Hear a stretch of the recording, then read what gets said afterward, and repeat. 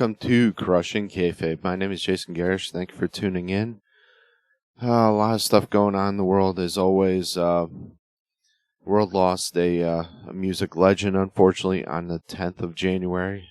Jeff Beck sadly succumbed to bacterial meningitis, and like I said, we lost a true legend there. One of the greatest guitarists I've ever heard. One of the greatest tones. Just an amazing, really unique finger style that I've never seen anybody else able to do. Like I said, just incredible. My favorite song was cliche or not, but my favorite song was Because We Ended as Lovers off of Blow by Blow. Just one of the greatest albums I've ever heard, greatest instrumental albums I've ever heard. The world has really lost a great musician who really, like, once again, lost for words, a really unique performer, really incredible guitars. I mean, his solo work was outstanding. His work with other musicians, Rod Stewart, and even Ozzy Osbourne, name a couple, just incredible, and really sad loss, really unfortunate there. Rest in peace, Jeff Beck. I listened to Blow by Blow that night again, and among a few other albums, and just I had forgotten that he had played a Les Paul on that album. Looking at the artwork on the CD and whatnot, I was reminded that he played a Les Paul on that, which blew my mind because he's so closely associated with Stratocasters, Fender Stratocaster, that actually really shocked and surprised me, because you kind of associate his tone with a Strat, and to hear him play that on his most, probably one of his most iconic solo albums right there, if not his most iconic solo album, was an eye opener. I guess the tone really is in the fingertips, I guess. So that iconic tone that I always associated with him was actually done with the Strat on that album, because I've seen him play live and whatnot. I've never seen him in person, unfortunately. I would have loved to have gone to one of his concerts, but all the live footage I've seen and I'm most familiar with, he's always been so closely associated with the Fender Stratocaster, which was wild. Just kind of goes to show that, you could put anything in a talented musician's hands, and it's going to sound like them, and it's going to be recognizable as their style and unique to them. Once again, the world lost a legend right there, a musical legend that we're not going to see again, unfortunately. Really sad, really sad. In other news, obviously, my Raiders have been eliminated from going to the postseason, statistically eliminated. Recently, as a couple days ago, I think it was, Derek Carr made an appearance at a church in Las Vegas. I think he made a couple of appearances, if I'm not mistaken. If you get the opportunity, please track down the video footage from it, because I saw a little of a speech that he gave. It was excellent. It was really good, really inspiring. Excellent speaker. I hope he does more of this. Really, really good stuff. Really good stuff. If you're a Christian looking for inspiration, looking for encouragement, he did a great job. And as I would expect, from everything I've seen from this guy, he seems to be a class act. And I hope that he finds himself on a team that appreciates that and goes on to win a Super Bowl. I think he deserves. Really good stuff there. Jaguars eliminated the Chargers. Wow. Snuck in that one. Wow. And the Giants continue to surprise people too. Gonna be an interesting postseason. I'm kind of happy to see. I like to see underdogs winning. I know it's kind of silly, but I do. I really do. I believe, if I'm not mistaken, I think the Bucks and boys playing tonight, if I'm not mistaken. But So we'll get to see what Brady has left him before he becomes a Raider. I know, if that happens, sorry. It seems like it's highly likely going to happen, though, with Josh McDaniels there. And the organization as it is, we're kind of the baby Patriots now, which is kind of sad. But it is what it is, but I'll continue to be a fan. I'm not sure how I'm going to make it through with the season if Brady does sign with the Raiders, but we'll see, I guess. I'll still be a fan. Ton of stuff going on with the WWE world. Stephanie stepped down.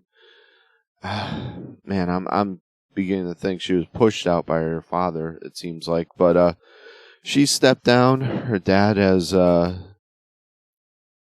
stepped in, not in an official role at the company, but still is, heading up the board and facilitating what appears to be a sale upcoming. I've heard rumors of the Saudi sale, which proved to be debunked. And I know that Nick Khan has spoken to both Disney and ESPN, which is kind of weird because, if I'm not mistaken, ESPN is owned by Disney. Interesting news there. Also, from what I understand, if the dirt sheets are correct, Tony Khan has now negotiated with the WWE. That should be real interesting.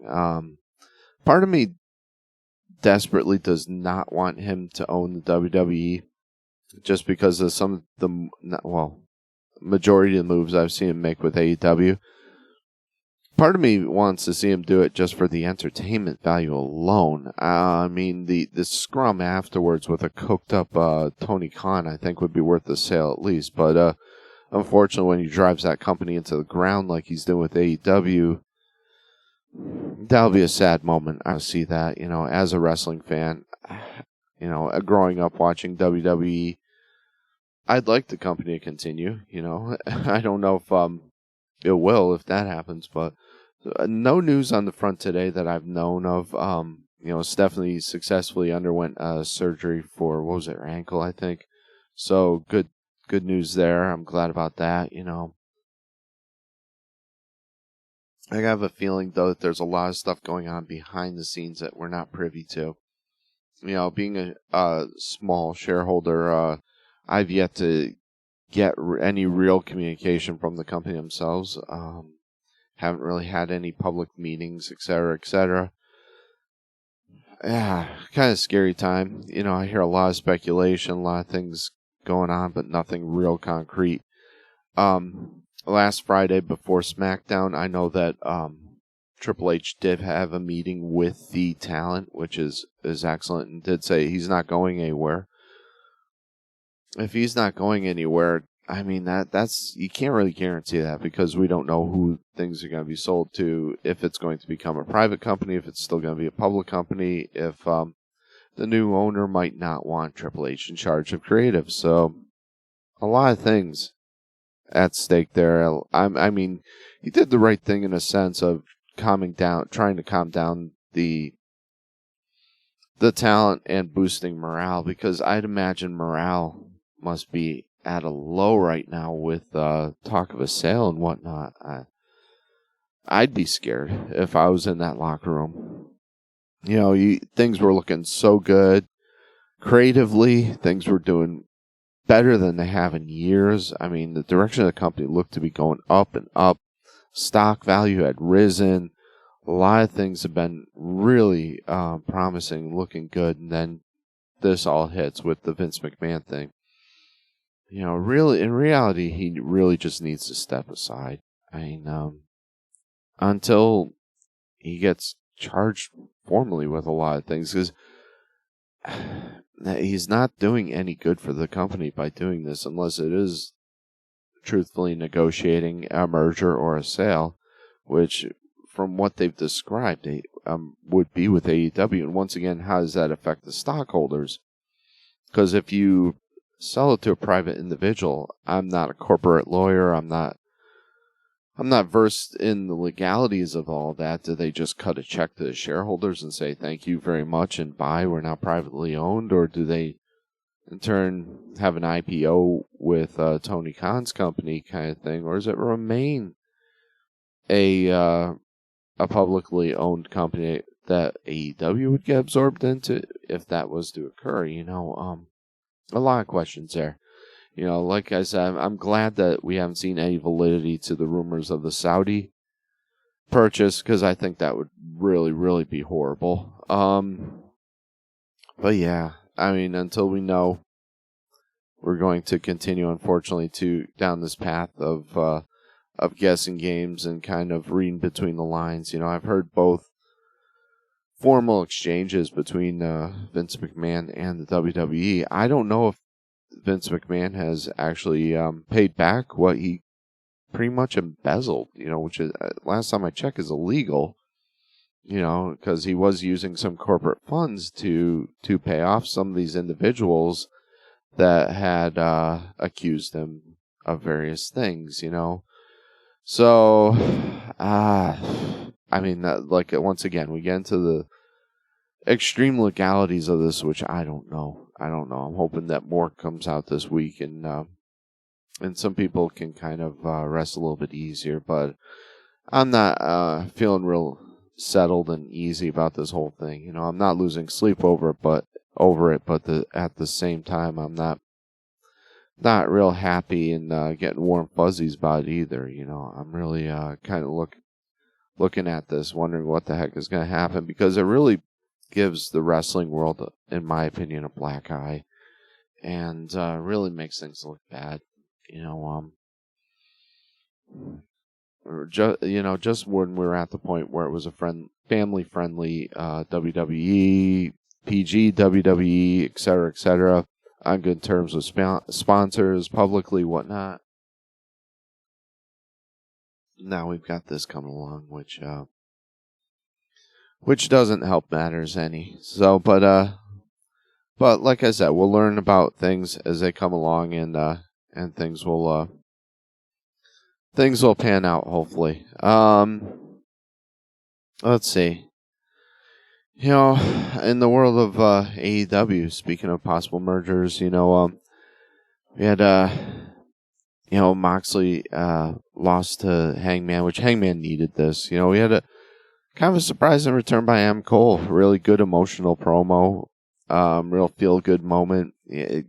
Once again, good promo, like I said. I'm beginning to like this set more and more as they show it on Dynamite. I really do like this set. I wish they'd improve the lighting a little bit more, because it still looks like they're I don't know if they're trying to hide the crowd by having the lighting so low and whatnot, but that would be my guess. We had the let's see, we had the match with Saraya and Storm teaming up against Britt Baker and Jamie Hayter, and Ishida ends up sliding the kendo stick in and backfired on her. Yada yada yada. This was such a major letdown. I didn't want to see Sasha Banks return, but they played this up and built this up, and then it was just like so anticlimactic. And we had the Elite won the Trios Championship, unfortunately.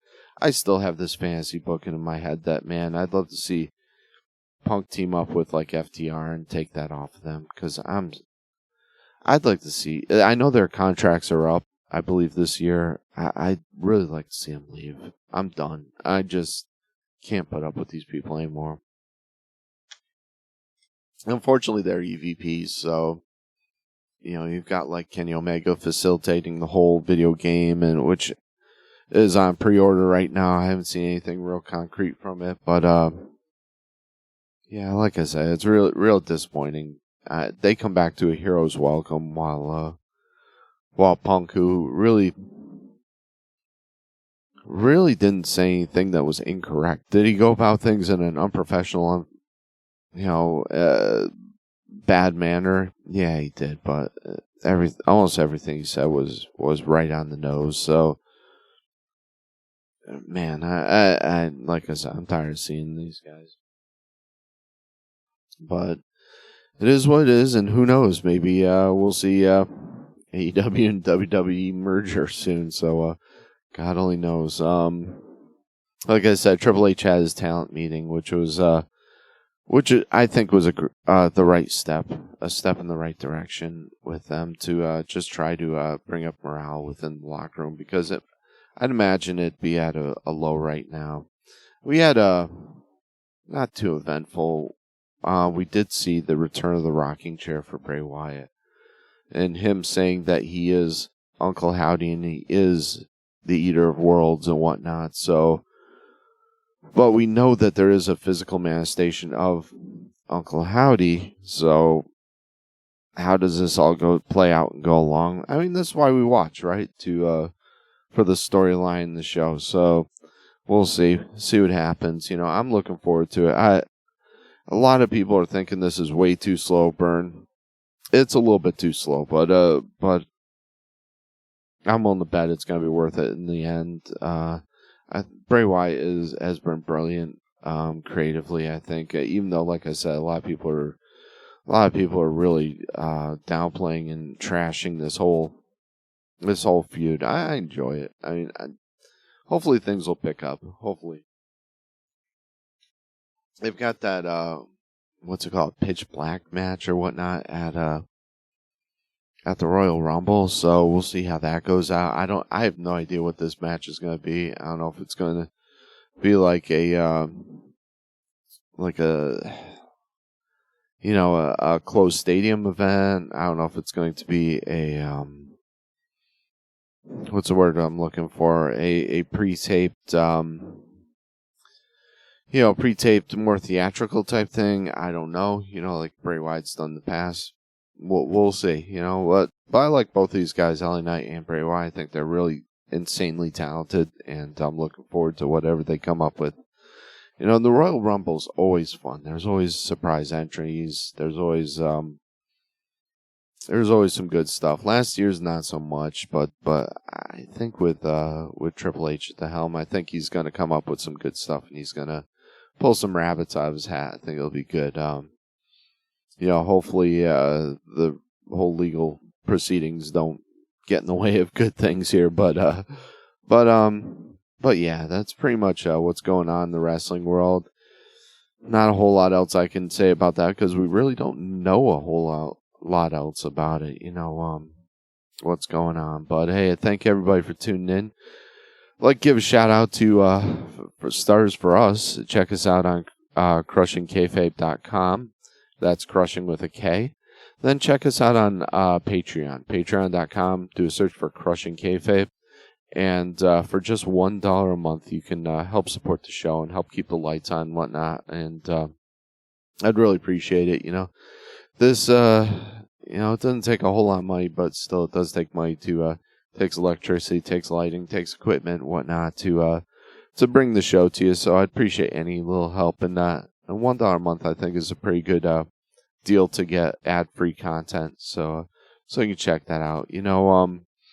Give a shout out to Then Now Flea Market. You can go down there and check out some of my merchandise. You can buy some of my CDs there. You can buy some merchandise from my wife. Check her out, Hooked by Jenna Lynn. You can check her out on Facebook and check out some of the merchandise there. And help out a local cause. That's Then Now Flea Market in downtown Trenton, Tennessee. While you're at it in downtown Tennessee, check out Trenton Arcade.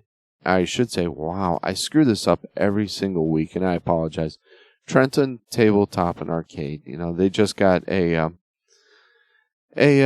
pool table in, and they just reopened their doors, so you can go down there and check them out. Check them out on Facebook. They're right in the square, right across from the court hall, I should say. Wow. Like I said, they just got a pool table in. They've got many arcade games in. Check them out on Facebook, and they're now accepting reservations for private parties too. So check them out on that. And also, if I'm not mistaken, is still offering chess lessons. So you can go down there and learn how to play chess if you ever want to learn that. But while you're down there, play some video games, rent a table, get some role-playing games going, some board games, whatever you want to play, card games, collectible card games. But that's Trenton Tabletop and Arcade in downtown Trenton. And don't forget to continue prayers for Ukraine and donate to legitimate organizations that are sending aid to the Ukraine, please, because those people deserve to. They deserve their freedom. They deserve better than what they've gotten. So please help out the Ukraine in any way that you can, please. And other than that, once again, I hope everybody had a good, safe New Year. Thank you for tuning in, and thank you for supporting the show. And God bless everyone.